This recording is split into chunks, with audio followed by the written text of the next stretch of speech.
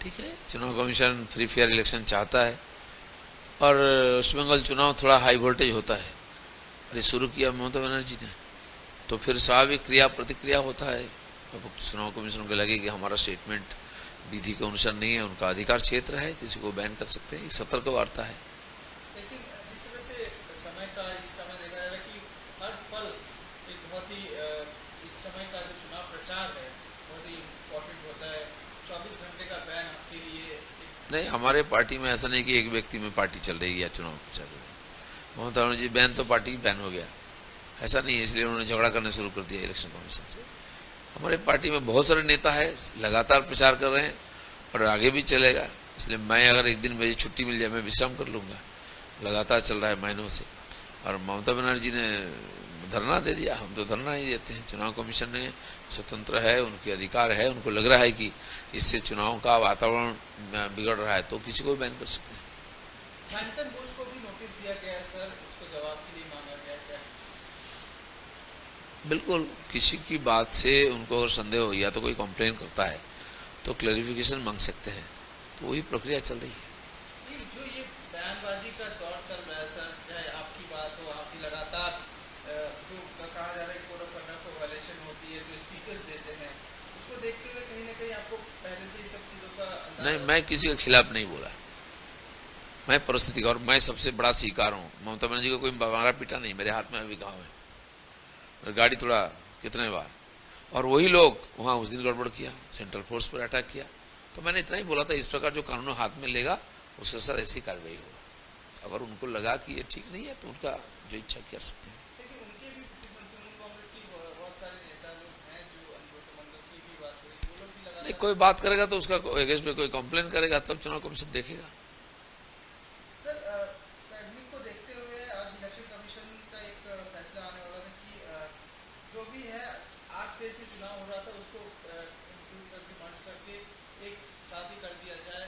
पहले ही चर्चा हुई नहीं, वो चुनाव की बैठक बुलाए, सब पार्टी का सबका सलाह लेंगे, फिर जो ठीक लगेगा। क्योंकि कोरोना बढ़ रहा है इसलिए रेस्ट्रिक्शन होना चाहिए, चुनाव बंद नहीं होने चाहिए। चुनाव तो चल रहा है और जहाँ चुनाव नहीं हो वहाँ ज़्यादा बढ़ रहा है। बंगाल में चुनाव है लेकिन यहाँ वो संक्रमण उतना अभी तक नहीं हुआ है, और यहाँ तो पिछले 1 साल से पूरा चल रहा है खुल्लाम खुल्ला, कोई रेस्ट्रिक्शन मानता ही नहीं है।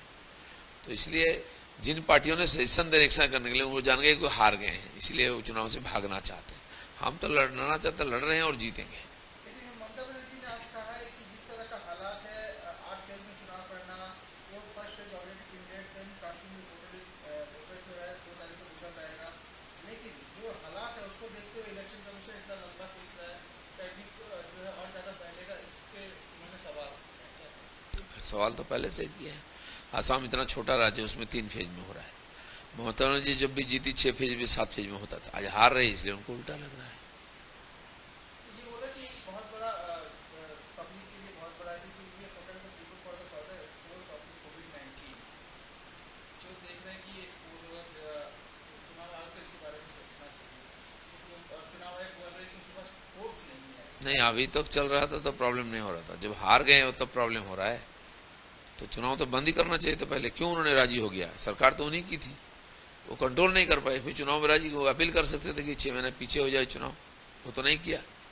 जब चुनाव शुरू हुआ है, चुनाव चलेगा। चुनाव कमीशन पूरा इसमें सतर्क है, पूरा नज़र रखे हुए हैं, और जो एक्सपर्ट्स है वो देख रहे हैं। अच्छी बात है कि सारे पार्टीज की उन्होंने मत ले रहे हैं, मुझे लगता है कि सब लोग अपना सजेशन देंगे। आपके मत में क्या कहना चाहते हैं जो इलेक्शन कमीशन ने ऑल पार्टी मीटिंग भी बुलाया है? कांग्रेस अभी तक जरूरी हो रहा है कि चुनाव अगर इलेक्शन कमीशन अगर बोले बंद करना है तब लोग उस पर राजी हो जाएंगे, क्या कहेंगे आप? नहीं, उनका कोई चांस नहीं चुनाव में, इसलिए चुनाव आगे हो पीछे हो कोई फर्क नहीं पड़ता है। क्योंकि चुनाव कमीशन ने बहुत लंबा बातचीत करके सबसे चर्चा करके ये प्रक्रिया शुरू की है, और प्रक्रिया के आधार पर हम आगे बढ़ रहे हैं और हम जीत रहे हैं। जो हार जाता है वो चाहता है खेल बंद हो जाए, हम तो जीत रहे हैं, हम खेल क्यों बंद करें? बिल्कुल सतर्कता रहना चाहिए और संक्रमण ना हो उसको ध्यान में रखते हुए कोई रिस्ट्रिक्शन होना चाहिए। बिहार के चुनाव भी हुआ था इस परिस्थिति में, आज बंगाल में हो रहा है। तो मुझे लगता है कि सब लोग सतर्क रहें तो ठीक ठाक वोटिंग हो जाएगा। और पिछले इतना 15 दिन से वोटिंग हो रहा है, कोई प्रॉब्लम नहीं हुआ है। 15-20 दिन हो गया है, उसके कारण बढ़ गया एकदम, जहाँ जहाँ चुनाव हो गया वहाँ बढ़ गया, ऐसा तो नहीं है। उसका तथ्य लेकर के चर्चा करके आगे करना चाहिए, पीसफुल और समय पर चुनाव होना चाहिए। 16 तारीख को ऑल पार्टी मीटिंग बुलाया इसी में जाएंगे, अपने पार्टी का अपने मत देंगे। आप लोग साथ क्या कुछ इस बारे में अभी चर्चा नहीं हुई इस बारे में, प्लानिंग किया? चर्चा करके हम लोग जाएंगे, वहाँ बताएंगे। तो खेला आपको, आप जो कह रहे हैं कि दूसरे ऑपोजिशन जो और भी पार्टी है, बी पार्टी या और भी ऑपोजिशन पार्टी है, उनका खेला खत्म हो गया इसीलिए वो चाह रहे हैं, तो ममता बनर्जी का खेला तो नंदीग्राम में ही खत्म हो गया है, और बाकी लोग तो खेलेगा, वो तो साइड लाइन के बाहर ही खेल तो हम ही रहे हैं, तो उनको डर लग रहा है खेल एक तरफा हो रहा है, सेंचुरी कर चुके हैं हम, तो इसलिए उनका देने का लेने का कुछ नहीं है, अब खाली समय पार कर रहे हैं। ममता बनर्जी भी एक्सपीरियंस चीफ मिनिस्टर हो गई है, समय पार कर रही है, हम तो लड़ रहे हैं, अब जीत रहे हैं। खेला शेष? हाँ, खेला शेष हो गया है, समय बाकी है खाली।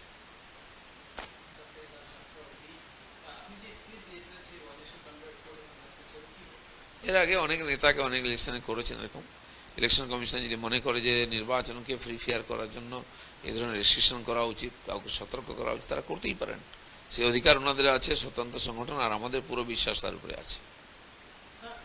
যেভাবে দেখেছিলাম মমতা বন্দ্যোপাধ্যায়কে ব্যান করা হয়েছিল, ওনারও কিছু স্পিচ নিয়ে ধর্নায় বসেছিলেন, কি বলবেন? আপনাকেও ব্যান করা হয়েছিল। মমতা ব্যানার্জি কোনোদিন ডিসিপ্লিন মানেন না, কোনো সিস্টেম মানেন না, সংবিধান মানেন না, সুপ্রিম কোর্টকে মানেন না, এমনকি পার্লামেন্টকে মানেন না, সেখানকার যে আইন পাস হয়েছে তার বিরোধিতা করেছেন, কোর্টের ফয়সলার বিরোধিতা করেছেন, তো সেজন্য ওনার কাছে নতুন কিছু না। আর যত দাগি লোকেদের বাঁচাবার জন্য উনি রাস্তায় বসেন, আর আজকে লাইমলাইটে প্রচারে আসার জন্য বসেছিলেন। আমার মনে হয় নির্বাচন কমিশন যে সিদ্ধান্ত নিয়েছেন ঠিক নিয়েছেন, যার ক্ষেত্রেই নুন, তারা চাইছেন শান্তিপূর্ণ নির্বাচন হোক, সেই জন্য কিছু কঠোর স্টেপ নিচ্ছেন ওনারা, সবাইকে এবার সতর্ক থাকা উচিত। যেভাবে আপনাদের স্পিচে ভায়োলেশন করা কন্ডাক্ট হচ্ছে, সেই বিষয় নিয়ে আপনারা কিভাবে দেখছেন? একজন পলিটিক্যাল লিডার আমরাও চাই শান্তিপূর্ণ ভোট হোক, বাংলার নির্বাচন বা রাজনীতি নিয়ে যে ধরনের অভিযোগ আছে, যে ধরনের বদনাম আছে, এটা পরিবর্তন হোক, সেই দৃষ্টিতে যদি নির্বাচন কমিশন স্টেপ নেন এবং ব্যবস্থা করেন, নিশ্চয়ই সেটা সমর্থন করা উচিত। আরও অনেকে হয়েছেন, আরও অনেকে হবেন, এবং যারা যারা এই ধরনের কথা বলেন সবাইকে সতর্ক করা উচিত। যেভাবে বলা হচ্ছে যে ইলেকশন কমিশন একটা বিষয় নিয়ে সবার সঙ্গে আজকে বৈঠক করার পর এটা ভাবনা চিন্তা হয়েছিল যে যেভাবে করোনা বাড়ছে সেই বিষয়টা নিয়ে একটা খবর পেয়েছিল যে 6, 7 আর 8 ফেজটা একবারই করানো হবে, কিন্তু তারপর ওইটা ইলেকশন কমিশন বলেছে না, যেভাবে হচ্ছে সেটাই হবে। যারা এই সাজেশন দিচ্ছেন 6-7 ফেজ হোক, তারা জানেন যে নির্বাচন তারা হেরে গেছেন, সেজন্য সময় নষ্ট করে লাভ নেই, যত প্রচার তত খরচা হবে, সেজন্য পয়সা বাঁচিয়ে রাখি পরের দিনের জন্য, এটা তো গেছে, এখানে আর করে লাভ কি, অতএব গুটিয়ে ফেলো। আমরা কিন্তু 8 ফেজ নির্বাচন লড়বো, জিতবো বলে তৈরি হয়ে নেমেছি, আমাদের নেতারা প্রচার করছেন, আর সেজন্য আমরা পুরো নির্বাচন লড়ে জিততে চাই। নির্বাচন শান্তিপূর্বক হোক, কোভিড সংক্রমণ না হোক, তার জন্য কি রাস্তা হতে পারে সেটা নির্বাচন কমিশন ভাবছেন, আমার মনে হয় সবার মতামত নিয়ে সেটা নিশ্চিত হবে। মমতা বন্দ্যোপাধ্যায় বলছেন যে 8 ফেজে ইলেকশন হওয়াটা সংক্রমণের বাড়ানোর আরেকটা অনেক বড় রাস্তা এবং মানুষের জন্য ক্ষতিকর হতে পারে। এটাকে কিন্তু দিল্লি, ছত্তিশগড় এবং মহারাষ্ট্রে সবচেয়ে বেশি করোনা বেড়েছে, ওখানে তো নির্বাচন নেই, ওখানে তো কোনো সভা হচ্ছে না, কেন হয়েছে? এরকম যদি সম্ভাবনা থাকতো তো নির্বাচন বন্ধ করতে কেন মমতা ব্যানার্জি আগে বলেননি? যখন হেরে গেছেন, নিশ্চিত হয়ে গেছে, তখন খেলাটাকে কেচিয়ে দেওয়ার চেষ্টা করছেন। আমার মনে হয় না নির্বাচন কমিশন এরকম কিছু করবেন। যাই হোক, নির্বাচন পুরো হবে, তো যে জায়গায় নির্বাচন হয়ে গেছে তার জন্য যদি সংক্রমণ বেশি হয়ে থাকে সে ব্যাপারে তথ্য নিয়ে তারপর আলোচনা করা উচিত। ইলেকশন কমিশন সিইও যে আছে 16 এপ্রিলে অল পার্টি মিটিং ডেকেটে ডিসকাশন করার জন্য কোভিড-19 আমাদের পার্টিও যাবে ওখানে, এতে অংশগ্রহণ করবে এবং আমাদের যে মতামত সেটা আমরা জানাবো। অধীর রঞ্জন চৌধুরী বলেছেন যদি ইলেকশন কমিশন যদি চান যে ইলেকশনটা বন্ধ করা হোক বা অ্যাকশন করা হোক তাহলে ওনারা সমর্থন করবেন। বিজেপি কি এমনি কিছু সমর্থন করবে? না, নির্বাচন কমিশন সিদ্ধান্ত নেবেন, সবার সঙ্গে কথা বলেই নেবেন। যে নির্বাচন চলছে তার যেন 2 মাস আগে থেকে তারা এক্সারসাইজ করেছেন, বিভিন্ন পার্টির সঙ্গে দেখা করেছেন, আমরাও গেছি, তারপরে তারা যে ধরনের সিস্টেম শুরু করেছেন তাতে লাভ হয়েছে। নির্বাচন বুথের মধ্যে ভোট দিতে কোনো অসুবিধা নেই, পোলিংও ভালো হচ্ছে। যারা গণ্ডগোল করে তারা বাইরে চেষ্টা করেছে, তাদের প্রতি কঠোর হয়েছেন তারা। তো সেজন্য অধীরবাবুরা যেটা বলছেন, অধীরবাবুরা তো ম্যাচের মধ্যেই নেই, তার ন্যাশনাল লিডাররা এতদিন পরে নামলেন অর্ধেকের বেশি ভোট হয়ে যেতেই, কারণ বোঝাই যাচ্ছে তারা হার জিতের মধ্যে কোনো রোল নেই। মমতা বন্দ্যোপাধ্যায় নিয়ে কি বলবেন? যেভাবে উনি ধর্ণা করছেন, আপনারও একটা সময়, এই 24 ঘন্টার সময় খুবই একটা ইম্পর্টেন্ট এই ইলেকশন ক্যাম্পেইনের সময়, কিভাবে দেখছেন, কি বলবেন? আমাদের ইলেকশনকে চালাবার জন্য প্রচুর নেতা আছেন, রাজ্যেও আছেন, কেন্দ্রেও আছেন। মমতা ব্যানার্জি কোনো নেতা নেই, একাই আছেন, এবং তারপরে ওনার সভা ফ্লপ হচ্ছে, তারপরে এরকম চেক হয়ে গেল, তো সেই জন্য ওনার কিছু করার নেই, মিডিয়ায় বেঁচে থাকার জন্য ভেসে থাকার জন্য উনি ধর্ণা দিয়েছেন। এবং যেখানে ভোট নেই কুচবিহারে সেখানে গিয়ে ছবি তুলছেন। মজার ব্যাপার, যারা মারা গেছে তারা ওইখানকার ভোটারই নয়, তারা গন্ডগোল করতে লুট করতে সেটা প্রমাণ হয়ে গেছে। তারপরে তাদের জন্য ব্যাটিং করছেন। তিনি একটা মেসেজ দিতে চাইছেন তার ভোটারদেরকে। আমার মনে হয় এতে কোনো কাজ হবে না। আমার অনেক বন্ধুরা আছেন যারা প্রেসের লোক, দেখা হয়নি, তারা দেখা করতে চাইছেন, তাদের সময় দেবো। কয়েকজন বাড়িতে যাওয়ার আছে, খাওয়া দাওয়া করার জন্য, খেতে যাব, মর্নিং ওয়াক করব, দেখা সাক্ষাৎ করব, একদম ফ্রি এবং ছুটি, রেস্ট নেবো। কয়েক মাস রেস্ট হয়নি, একদিন তো রেস্ট হবে। अगर आपको हमारा ये वीडियो पसंद आया है तो इसे लाइक और शेयर करना ना भूलें और हाँ, हमें सब्सक्राइब जरूर करें।